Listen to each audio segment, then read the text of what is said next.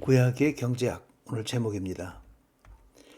그리스도인이 누릴 영원한 생명이라고 하는 차원에서 보면 인간의 욕망을 전제로 하는 경제학이라고 하는 것은 결국 아침 안개같이 덧없는 것 같이 보이지만 성경은 사실 경제적 현실에 대해서 많은 지면을 할애합니다. 오늘은 구약의 경제학, 다음번에 신약의 경제학 나눠서 보려고 합니다. 구약에서 경제를 결정짓는 세 가지 요소가 있는데요.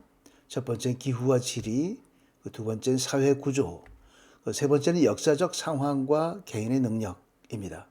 기후와 지리라고 하는 것은 주어진 환경이고요. 사회 구조는 공동체가 결정한 것입니다. 그리고 3번에 가서는 오늘은 요셉의 경제학에 관해서 간략하게 보고자 합니다. 참고로 오늘 대부분의 내용들은 The HarperCollins Bible Dictionary 2011년도의 증보 개정판을 참고로 했습니다. 안녕하세요. 최우승리 채널의 최승구 목사입니다. 구약의 경제학. 요셉이 백성들에게 말했습니다. 이제 내가 바로를 위해 너희 몸과 너희 땅을 샀다. 씨앗이 여기 있으니 땅에 뿌리도록 하라. 추수를 하게 되면 그중 5분의 1은 바로께 바치라. 나머지 5분의 4는 너희 밭에 뿌린 씨와 너희와 너희 집안 식구들과 자식들이 먹을 양식으로 삼으라. 그들이 말했습니다. 주께서 저희 목숨을 구해주셨습니다. 저희가 주께 은혜를 입어 바로의 종이 되게 해 주십시오. 먼저 기후와 질입니다. 젖과 꿀이 흐르는 땅이라고 묘사되는 것은 출애굽기, 신명기 말고도 여러 군데 반복되죠. 지도는 이렇습니다. 이렇게 전체 지도상 위에서부터 아래로 내려오는 큰 강줄기가 있고, 그리고 위쪽에 갈릴리가 있고 밑에 사해바다가 있습니다. 연간 강수량은 약 500에서 1000mm 정도 됩니다. 남으로 그리고 동쪽으로 갈수록 사막 지역이어서 목축을 하게 되죠. 특이한 지역입니다. 이 강줄기 왼쪽으로 바닷가 쪽으로는 산악 지역이고, 그리고 골짜기처럼 깊이 파인 곳이 이제 강이 되고 있습니다.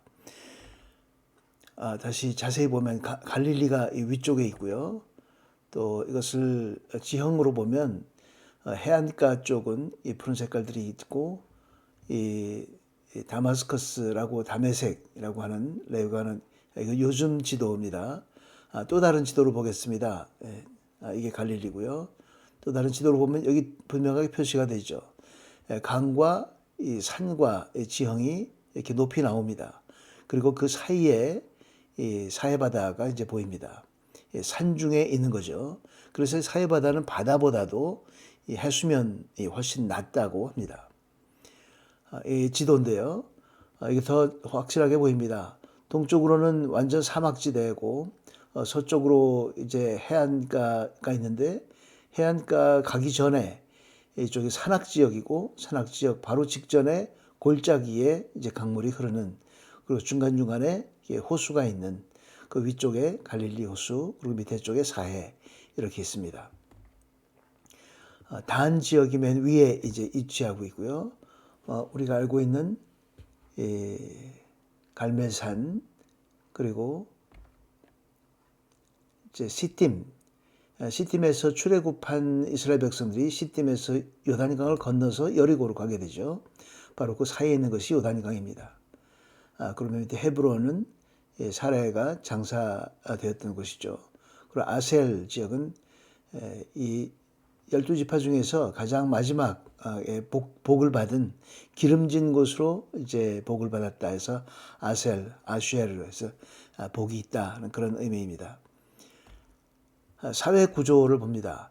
초기 정착 시대에는 부족 중심 문물 교환으로 농협 집약적인 그런 사회였습니다. 포도주와 기름, 과일, 채소들이 있고요. 산발적으로 목축업이 있었죠. 목축업을 굳이 할 필요는 없었습니다. 목축을 할 수밖에 없는 지역에서 목축이었고, 유목도 부차적이었습니다. 이스라엘 백성들은 유목 백성이다라고 얘기하는 것은 이런 의미에서는 초기 정착 시대에는 해당되지 않는 말입니다. 가축과 함께 주어진 땅에서 자치적으로 생산하고 가부장적이고, 또 공동예배와 방어 목적일 때만 연합했던 가족 중심, 부족 중심의 국가였습니다. 국가라기보다도 그런 삶이었죠. 그러나 블레셋 잦은 침입으로 인해서 단일 군사 지도자가 필요하게 됐고 그렇게 군사 지도자 체제로 부족이 연합하게 되었죠. 그 부족 연합이 이제 변화를 가져오게 됩니다. 사회 구조가요, 군주제, 왕정으로 바뀌게 되죠. 왕의 독점적 위치 때문에 도시화가 시작됩니다. 하나님께서는 이 왕정이 시작되기 전에 경고를 했죠. 그러면 너희들 자식들이 모두 노예가 되고 만다 하고 예언했지만 살아남기 위해서는 왕이 필요하다. 우리도 이웃 국가처럼 왕정으로 가야 되겠다 하고 이스라엘 백성들이 요구해서 하나님께서 들어주셨습니다. 가족 재산이 해체되고 국가 영향 아래에 있거나 또는 부유한 지주 중심으로 살게 되었습니다. 그러다 보니까 결과적으로 이스라엘 최초의 직접 과세가 등장하게 됐고 병역 의무가 생겨나게 됐죠.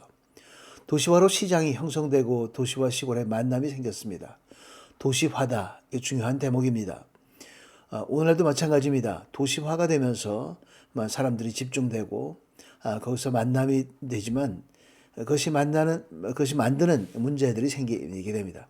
무역상과 만나면서 해외로 수출이라는 것이 시작되었고 상품 중개의 최적지로 이스라엘이 떠오르게 되었습니다. 사실 교역의 중심지에 위치해 있기 때문에 좋은 지역이었죠. 바로 그것이 바로 솔로몬 시대의 절정을 이루게 됩니다. 좋아 보이는 것 같지만 사실은 문제가 있게 됩니다. 솔로몬은 세 도시를 요새화하게 됐는데요. 게셀, 무깃도, 하솔이라고 하는 도시를 이런 상을 보면 요새화하게 됐고 바로 솔로몬 프로젝트라고 불릴 수 있는 것들이 이제 생기기 시작했습니다. 육로로 들어오는 대상이 있었고 그 밖에도 페니키아나 아라비아 등과 해상 무역을 하게 됐고 또 상품 이동을 위한 선박을 건조하게 되었습니다. 이런 게 상에 다 나옵니다. 말과 병거와 상아, 금, 은 이런 것들을 또 수입하게 됐죠. 바로 모두 신명기에서 금지했던 것들이었습니다.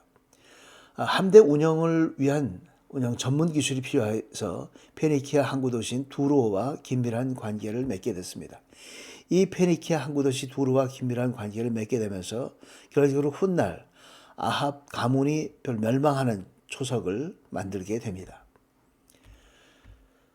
구조화 그리고 관료화가 진행이 됩니다. 도시가 진행되고 많은 발달을 이루게 되니까 바로 이런 조직이 생겨나는 거죠. 지도층과 고난받는 백성들과의 분열이 생기게 되었습니다. 결국은 솔로몬 사후에 남북 왕조의 분열로 재앙을 가져오게 됩니다. 국제정치의 소용돌이 속에서 각자 도생, 남북 열왕국이 따로따로 알아서 살아야 되는 그런 형편에 놓이게 됐죠. 짧은 번영 후에 결국 독점적 수혜자 그룹과 나머지 인구가 격차를 경험하게 되고 그것이 확대되게 됩니다. 선지자들은 부패와 불평등을 지적하면서 이전의 기준, 공의 중심으로 정의를 요구하게 되었었죠. 그것이 바로 간략한 구약의 전체 거시경제라고 볼 수 있겠습니다. 자, 사회 구조를 봅니다. 자, 이 회복기에는 고레스가 결국 바벨론을 멸망시키고 또 이스라엘 백성들이 유배 생활에서 귀환하게 되었는데 돌아온 유대 엘리트층과 지사장 계급이 중심이 되어서 반자치 국가를 만들게 됩니다. 계층 간의 평등 관계를 구축하려고 노력을 많이 합니다. 느헤미야서에 등록됩니다. 초기 평등주의 이상은 결국 실현되지 못하고 말았습니다. 국제정치의 희생이 되었는데요. 페르시아와 프톨레마이오스, 셀류크 왕조, 로마 군주들의 반격에 따라서 경제적 복지는 계속 묶이게 되었습니다. 요셉의 경제학, 오늘 본문을 보면 저축부터 시작을 합니다. 풍성할 때 파티하지 않고 일종의 청교도 정신이죠. 풍성을 누리는 것이 아니라 환난 날을 준비하는 것입니다. 바로 청교도 정신으로 근검절약의 그런 모습을 보여주게 됩니다. 현장 중심입니다. 많은 곡식들을 그 당시에는 화폐가 있었던 게 아니기 때문에 또 포장하고 보관하고 유지하려면 많은 창고가 필요했을 텐데 그런 새로운 일을 하게 되는 그 현장을 지휘하게 되었었죠. 기근이 왔을 때도 사람들에게 강요하지 않고 약자 쪽에서 먹을 것이 없는 측에서 먼저 이 목축을 갖다 주고 또 이렇게 물물 교환하자고 제공을 합니다. 땅을 갖고 오고 그렇게 되었던 거죠. 공짜로 분배하는 것이 아니었습니다. 노동과 일과 직업에 관해서는 후일 다시 한번 함께 그것을 주제로 다시 한번 나누도록 하겠습니다. 배려하는 경제학입니다. 요셉이 토지법을 제정하게 됐는데요. 창세기 오늘 47장 26절 오늘 본문 바로 직후에 그렇게 나옵니다. 그래서 노동을 하는 농작하는 파머들과 토지를 갖고 있던 이 애굽의 왕조와 분배가 80대 20이라는 배분을 하게 됩니다. 자, 그렇게 해서 이 구약의 경제학의 큰 거시경제와 또 미시경제라고 할 수 있는 요셉의 구체적으로 또 그렇게 부를 축적하게 된 과정을 살펴보았습니다. 함께 기도하겠습니다. 아버지 하나님 감사합니다. 먹고 사는 일이 모두 아버지 손에 달렸으니 우리를 불쌍히 여겨주시고 은혜를 내려 주시옵소서.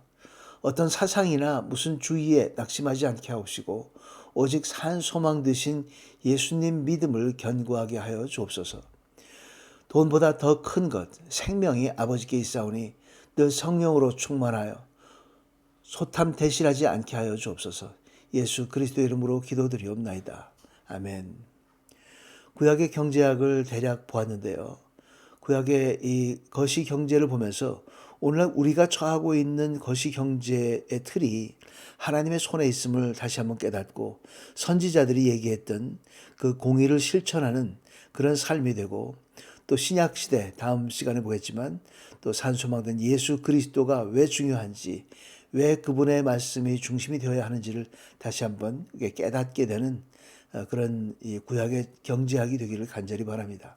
특별히 요셉은 예수님의 예표라고 얘기를 하죠. 요셉을 통해서 드러난 저축과 배려의 정신들이 우리 삶 가운데 촉촉히 배어서 청교도 정신과 청교도의 영성을 항상 적용하는 그런 우리 모두가 되기를 주의 이름으로 축원합니다. 끝까지 시청해 주셔서 감사합니다. 건강 조심하시고 다음 시간에 뵙도록 하겠습니다. 감사합니다.